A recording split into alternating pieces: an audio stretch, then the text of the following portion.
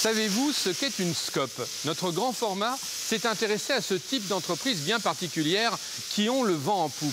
Dans une SCOP, les salariés possèdent plus de 51% du capital. Ce sont donc eux qui décident. Exemple à Thionville et à Florange. Roland a fait un travail de fond sur la mutuelle. Nous sommes dans les ateliers de CLE, une entreprise florangeoise spécialisée dans la maintenance et la fabrication de pièces métalliques. Comme chaque semaine, l'ensemble du personnel se réunit ici autour de sa charte de valeurs pour faire le point. Toutes les semaines, communication, on prend le temps nécessaire, tout le monde descend, on arrête tout et on discute et on partage des informations. Pas de secret, que des informations réelles, des questions, ça va dans les deux sens, c'est un dialogue, le dialogue dans les deux sens. CLE est une SCOP, une société coopérative de production. Elle appartient à ses salariés, en tout cas à ceux parmi eux qui ont choisi le statut d'associé. Dans ce type d'entreprise, les bénéfices sont répartis de manière très précise.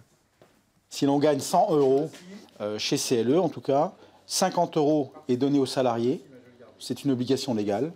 40 € est réinvesti dans les machines, dans une camionnette, dans la peinture, dans l'outil de travail tout simplement. Et 10 € est redistribué aux associés qui sont forcément salariés ou anciens salariés.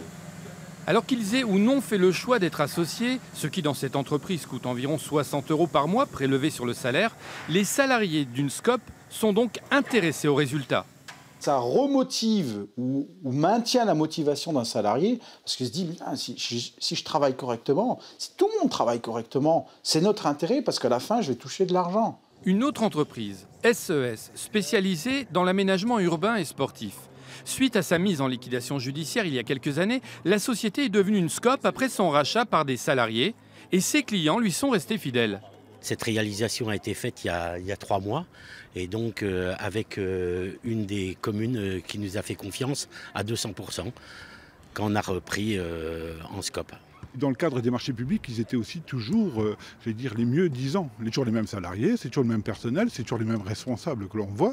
Et pour nous, le travail est toujours aussi bien fait, quoi.